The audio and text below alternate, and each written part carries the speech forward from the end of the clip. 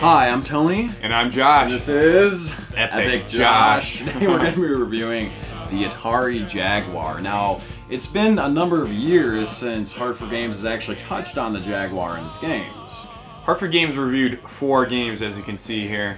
4 notable games. Yes. Today we're going to be reviewing about 5 more, as you can see here. Some of them are considered Jaguar classics.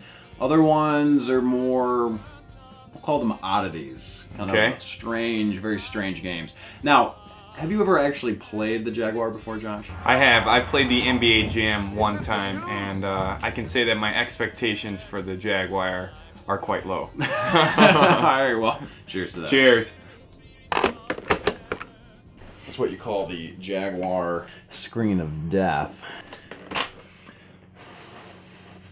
Already off to a great start. 0 for 3. Oh, geez, uh-oh.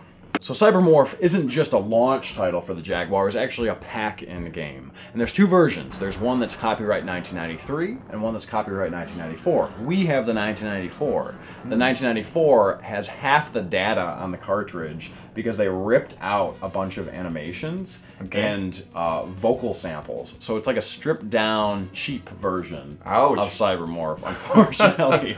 Most of these menus are not like normal menus. Like most of the menus are like wacky 90s menus. And like you don't really realize they're menus at first, and like you have to navigate them. So I'm gonna let you navigate some of the future menus and see if you can do it. So I have no idea what I have to do. I'm just going. Where did you learn to fly? Oh, wait a minute. Where did you learn to fly? Where did you learn to fly? Where did I learn to fly? So he's making fun of me right now. I gotta say, things just appear last minute. Yeah. Well, they were trying to show off the 3D capabilities of the Jaguar, but they probably shouldn't have been trying to show off the 3D capabilities of the Jaguar. Well done. I like her, though, I gotta say. I think you're the first person in history to say that. Most people are very annoyed by her. She makes fun of me, but for good reason, because I can't fly right now. The handling on this thing is... Oh, I almost had it. It's top-notch. It's top-notch. Oh, no. Oh. Where did I learn to fly? You spawn right at the point in which you crashed. Right. Same like speeding. That drives me nuts. I feel like I could have done this in AutoCAD in 9th grade. I feel like I could have made this. Yeah. When you press the turbo button, it just stays on, and you have to press the reverse button to lower your speed. And he transforms. Yeah, whereas like in Mario, it's like if I want to run, the second I stop pressing run, I'm back to normal speed. A lot of games had overlays for the numeric telephone pad thing. Yeah. But if you don't have one, you don't know what the buttons do. So you just kind of have to guess at random. As you can see, this one kind of puts me in a first-person perspective. Yeah. Which is kind of cool, I guess. I'm trying to press all the buttons here. See, like, why would you ever use this view? Like, I mean... Reverse view. Like, why... I'm coming at you. Why would you ever use those other views? Oh, my. For a mission where you're looking for things... This draw distance it's like... Yeah. You just have no idea. It's pathetic, yeah. Oh no, let's do Blue Planet. Okay. Crucial weaponry pods that you must rescue. Shoot the Snatcher who carry pods to the Vortex Towers. I mean, really, what does this remind you of? This reminds me of Star Fox, but from like 1981. What? I think this came out after Star Fox. I think they were trying to capitalize on it a little bit. So this is a very poor Star Fox. Yeah, but it's just like Star Fox is on rails. And that's one of the reasons why Star Fox works, and it's a lot more colorful than this. This isn't on rails. Yeah. And it's just not as fun. And I think when we played Star Fox 2, in our Star Fox 2 review, which you can view here, I'm going to put a thing here. Oh, okay. I think that's why we didn't like it as much. Because like the free roaming elements weren't as exciting as the on-rails elements of the original Star Fox. So if you had to give this a rating, like 1 out of 10, Cybermorph, what would you give it? I'd probably go around like a 4. Okay. It's just not exciting. No. You know, it's just not a very fun game. So let's move on to another game that also reminds me of Star Fox. It's called Trevor McFur in the Crescent Galaxy. This one was also a launch title for the Jaguar. This is another game that has a very unique menu sequence. I believe this is the map on the top left. I'm not sure what these do. Oh, volume controls. Okay.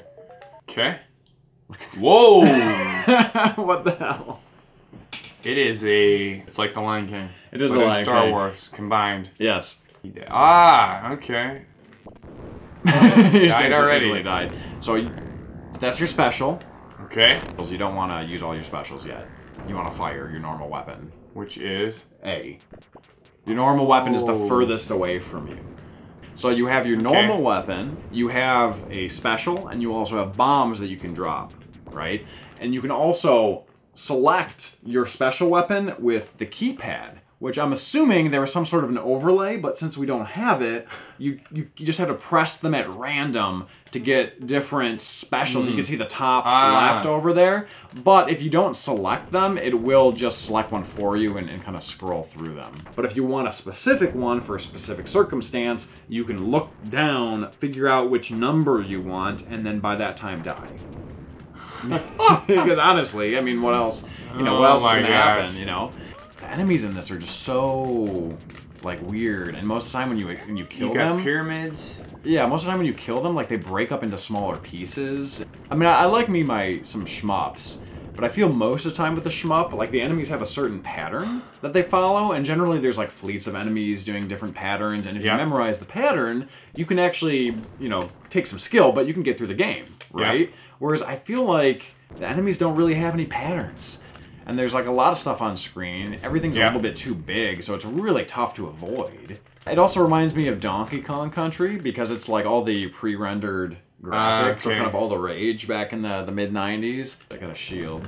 So I'm sensing lots of different weapons. At least it's got that going for it. This is my very own creation. It's a perfect combination of organic life and mechanized death. Okay. Oh, a boss. Yeah. There are like tons and tons of shmups out there that are very similar but better. Yeah. Like there's no okay. There's no like in-game music with this. Like the enemies don't have any patterns that you can like try to memorize. Compare this game to Cybermorph. How would you even rate it? Cybermorph was terrible, and this game is okay. I gotta say I'm a little bit vested in it. Okay. I like the colors and some of the graphics. So I could see myself like I can already tell I'm more engaged in it. Yeah, Like definitely. I just didn't feel like that at all. Yeah, I definitely think this is way more engaging. I'd probably still only give it like a 5.5. We're gonna move on to Cannon Fodder. This isn't a Jaguar exclusive. It is ported to the Jaguar, but it is one of the better games for the Jaguar. Okay. Here, while you play this, I'm just gonna help you out. Oh yeah. There we go. There we go. There we go. Thanks for watching the episode. If you enjoyed it, subscribe, like, and check us out on Facebook and Twitter. All original music, t-shirts, and info on the Hard4Games convention can be found at hard4games.com. And if you like the animations and illustrations in our episode, don't forget to check out our Animator site, anavisintander.com.